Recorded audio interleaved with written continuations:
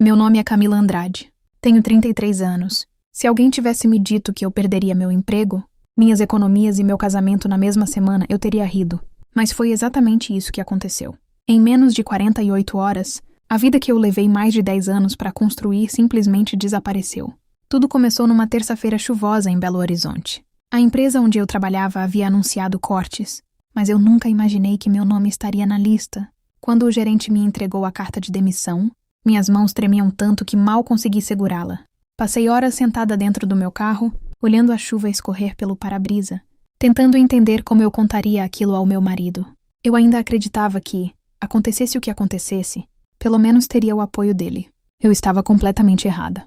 Quando cheguei ao apartamento naquela noite, Rafael nem desligou a televisão. Coloquei minha bolsa sobre a mesa e contei o que havia acontecido. Esperei que ele me abraçasse, que dissesse que encontraríamos uma solução juntos. Em vez disso, ele apenas suspirou. Então era isso que você queria me contar? Assenti em silêncio. Ele ficou alguns segundos olhando para o chão antes de dizer algo que jamais esquecerei. Eu não posso passar o resto da minha vida carregando alguém que só me dá problemas. Senti como se o ar tivesse desaparecido da sala. Rafael, eu acabei de perder o emprego. Não perdi a vontade de lutar. Ele deu de ombros. Você já perdeu muito mais do que um emprego, Camila. Naquele momento eu ainda não entendia o que ele queria dizer. Entenderia poucas horas depois. Na manhã seguinte, quando acordei, encontrei 2 malas prontas ao lado da porta. Rafael estava sentado na cozinha tomando café, como se aquilo fosse absolutamente normal. Acho melhor você procurar outro lugar para ficar. Olhei para ele sem conseguir acreditar. Você está me expulsando? Ele respondeu com uma calma assustadora. Nosso casamento acabou faz tempo. Eu só estava esperando o momento certo. Não chorei. Talvez porque a dor fosse grande demais até para isso. Peguei minhas malas. Entrei no carro e comecei a dirigir sem destino pelas ruas molhadas da cidade. Cada semáforo parecia mais longo que o anterior. Cada esquina me fazia pensar em quantas lembranças estavam ficando para trás. Foi então que lembrei da única pessoa que sempre acreditou em mim. Minha mãe. Ela havia falecido 2 anos antes, depois de uma longa batalha contra o câncer. Desde o funeral, eu nunca mais tive coragem de voltar à antiga casa dela, em uma pequena cidade perto de Ouro Preto. Enquanto dirigia pela estrada cercada pelas montanhas de Minas Gerais, uma única ideia ocupava minha cabeça. Talvez fosse hora de voltar para casa. Eu ainda não sabia que, escondido dentro do velho guarda-roupa da minha mãe, existia um diário que mudaria tudo o que eu acreditava sobre o meu marido. E revelaria a maior mentira que ele conseguiu esconder durante todos os anos do nosso casamento. Quando cheguei à antiga casa da minha mãe, o sol já havia desaparecido atrás das montanhas de Ouro Preto. A chuva fina deixava o quintal coberto por um cheiro de terra molhada que, imediatamente, me fez voltar à infância. Fiquei alguns segundos parada diante da porta de madeira. Eu não entrava ali desde o enterro dela, 2 anos antes. Respirei fundo. A chave ainda estava escondida debaixo do velho vaso de samambaias, exatamente onde minha mãe sempre a deixava. Assim que abri a porta, um silêncio profundo tomou conta da casa.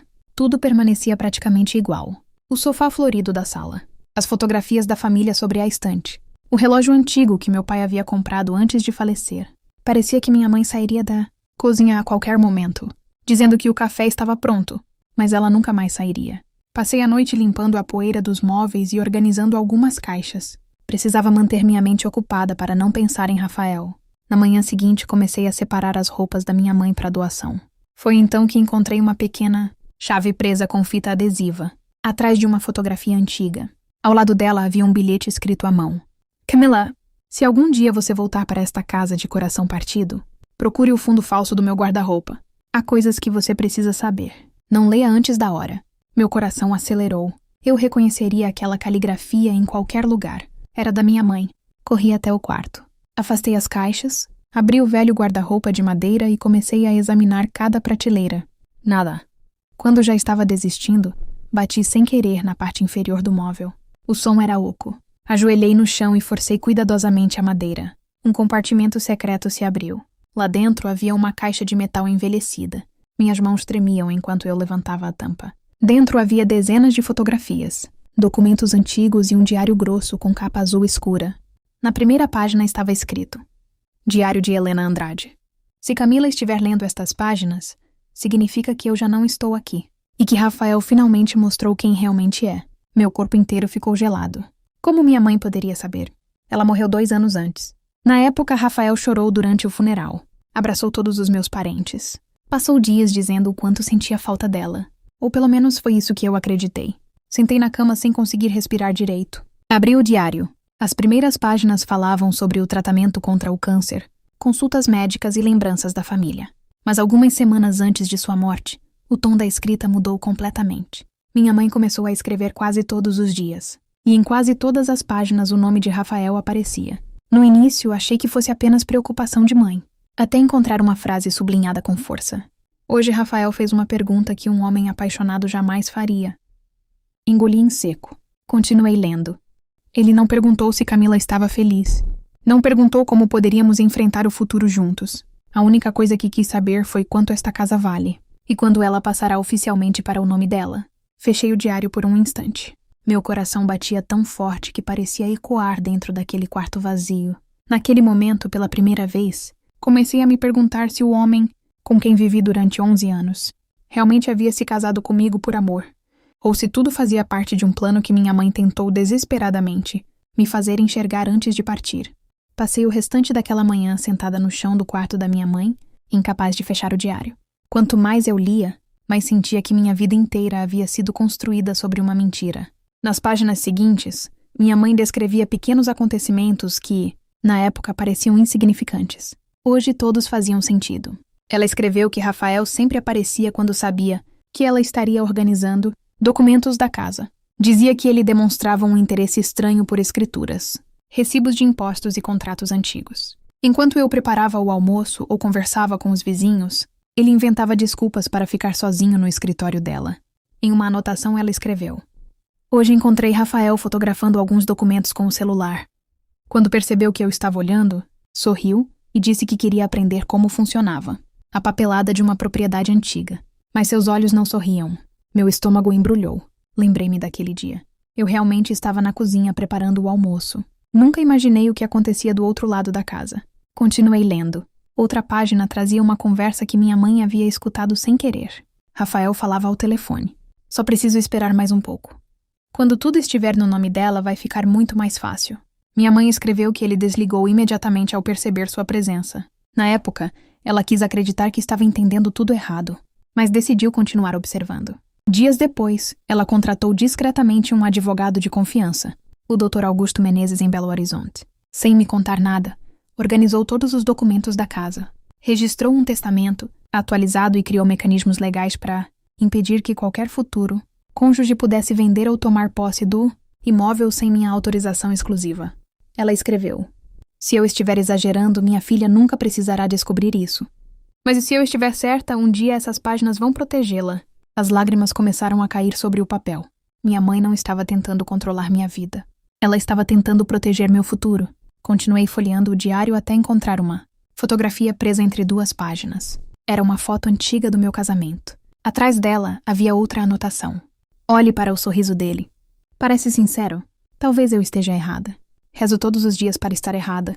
Fechei os olhos. Ela queria acreditar nele, assim como eu. Naquela mesma tarde, resolvi procurar o advogado mencionado no diário.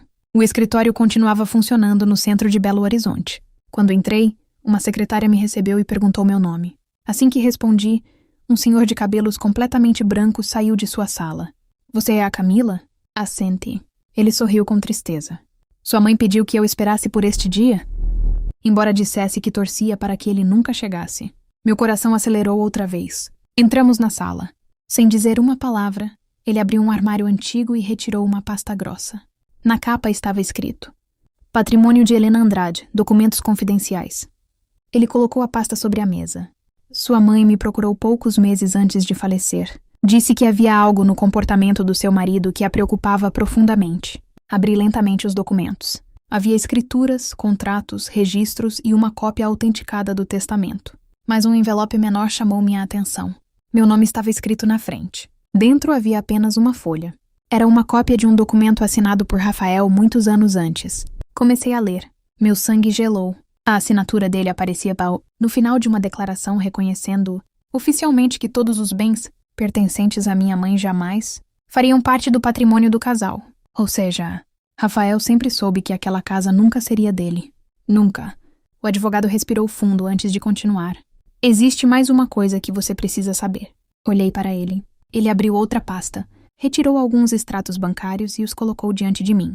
Sua mãe descobriu que, durante anos, Rafael fez empréstimos em nome de terceiros e tentou esconder diversas dívidas. Ela suspeitava que, quando não conseguisse mais dinheiro, ele procuraria uma maneira de usar você para resolver os próprios problemas financeiros.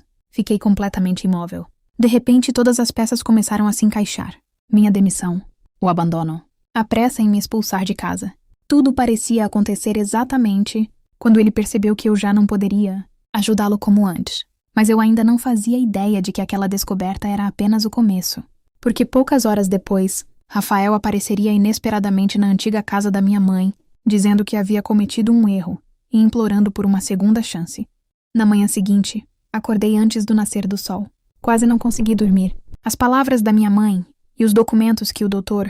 Augusto havia me mostrado passavam pela minha cabeça sem parar. Enquanto preparava um café, ouvi um carro estacionando em frente à casa. Olhei pela janela. Era Rafael. Meu coração acelerou. Ele desceu do carro segurando um buquê de flores. Durante alguns segundos fiquei apenas observando. O homem que me expulsou de casa agora parecia nervoso. Respirei fundo e abri a porta. "O que você está fazendo aqui?" Ele abaixou a cabeça. "Camila, eu errei." Fiquei em silêncio. Eu pensei muito nesses últimos dias. Não consigo viver sem você. Olhei para aquelas flores. Antes elas teriam significado esperança. Agora pareciam apenas uma tentativa desesperada. Você só percebeu isso depois que me deixou sem emprego. Sem casa e completamente sozinha. Ele passou a mão no rosto. Eu estava perdido. Minha cabeça não estava bem. Balancei a cabeça lentamente. Não, você sabia exatamente o que estava fazendo. Ele tentou dar um passo à frente. Podemos recomeçar. Antes que eu respondesse, outro carro parou em frente ao portão. Era o Dr. Augusto. Ele desceu segurando uma pasta azul. Ao ver o advogado, Rafael perdeu completamente a cor do rosto. O Dr. Augusto caminhou até nós calmamente. Senhor Rafael, acho que sua esposa já conhece toda a verdade. Rafael olhou para mim. Que verdade? Abri a bolsa e tirei o diário da minha mãe. Levantei o caderno diante dele. Ela escreveu tudo. Pela primeira vez desde que o conhecia, Rafael não conseguiu esconder o medo. Suas mãos começaram a tremer. Camila, você não entende? Então explique. Ele permaneceu em silêncio. Abri uma das páginas. Minha mãe escreveu que você perguntava quanto valia esta casa. Outra página. Escreveu que você fotografava documentos escondido. Mais uma. Escreveu que você dizia ao telefone que só precisava esperar. Tudo passar para o meu nome. Ele respirava cada vez mais rápido. Então coloquei sobre a mesa da varanda a cópia do documento que ele havia assinado, anos antes. E isto? Ele olhou para a própria assinatura. Não conseguiu dizer uma única palavra. O Dr. Augusto cruzou os braços. O senhor sabia, desde o início do casamento, que jamais teria qualquer direito sobre esta propriedade. Rafael fechou os olhos. Depois de alguns segundos, começou a chorar. Eu estava cheio de dívidas. Continuei olhando para ele. No começo eu realmente amava você. Meu coração apertou. Ele continuou. Mas depois que os problemas financeiros começaram, eu vi na herança da sua mãe a única saída. Aquelas palavras destruíram qualquer dúvida que ainda existia dentro de mim. Durante 11 anos eu acreditava que estava dividindo minha vida com um homem que me amava. Naquele instante percebi que, durante todo esse tempo, ele também estava esperando uma oportunidade. Não para construir um futuro comigo, mas para salvar o próprio futuro. Ele tentou segurar minha mão. Afastei-me imediatamente. Você não me perdeu quando eu perdi o emprego. Olhei diretamente nos olhos dele. Você me perdeu no dia em que escolheu o dinheiro em vez da nossa família. As lágrimas escorriam pelo rosto dele, mas já não mudavam absolutamente nada. Naquela tarde, Rafael foi embora sem discutir, sem gritar, sem ameaçar. Apenas entrou no carro e desapareceu pela estrada. Fiquei alguns minutos parada na varanda. O vento balançava as árvores exatamente como acontecia quando minha mãe ainda era viva. Abri novamente o diário. Na última página havia apenas uma frase. Minha filha, a maior herança que posso deixar não é esta casa. É a verdade. Porque a verdade sempre encontra o caminho de volta. Comecei a chorar. Mas pela primeira vez em muitos dias, aquelas lágrimas não eram de tristeza. Eram de alívio. Nos meses seguintes, vendi o apartamento que ainda estava em meu nome. Paguei todas as minhas contas e transformei a antiga casa da minha mãe em uma pequena pousada familiar. Com o tempo, turistas de várias partes de Minas Gerais começaram a visitar o lugar. Cada quarto recebeu o nome de uma flor que minha mãe cultivava. O jardim voltou a florescer. E, curiosamente, minha vida também. Voltei a trabalhar. fiz novas amizades. Aprendi que recomeçar não significa apagar o passado. Significa usar o passado como alicerce para construir algo melhor. Algum tempo depois, soube por conhecidos que Rafael continuava afundado em dívidas.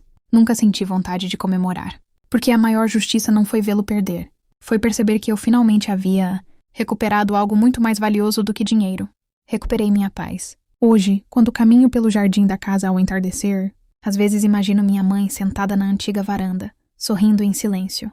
Ela não pôde impedir que eu sofresse, mas conseguiu impedir que eu passasse o resto da vida vivendo uma mentira. E foi naquele momento que compreendi a maior lição da minha vida. Algumas pessoas entram na nossa história para nos ensinar o que é o amor. Outras entram apenas para mostrar o valor da verdade. Minha mãe me deixou as duas coisas. E graças ao diário dela, finalmente encontrei a coragem para fechar. Uma porta que nunca deveria ter permanecido aberta. Fim.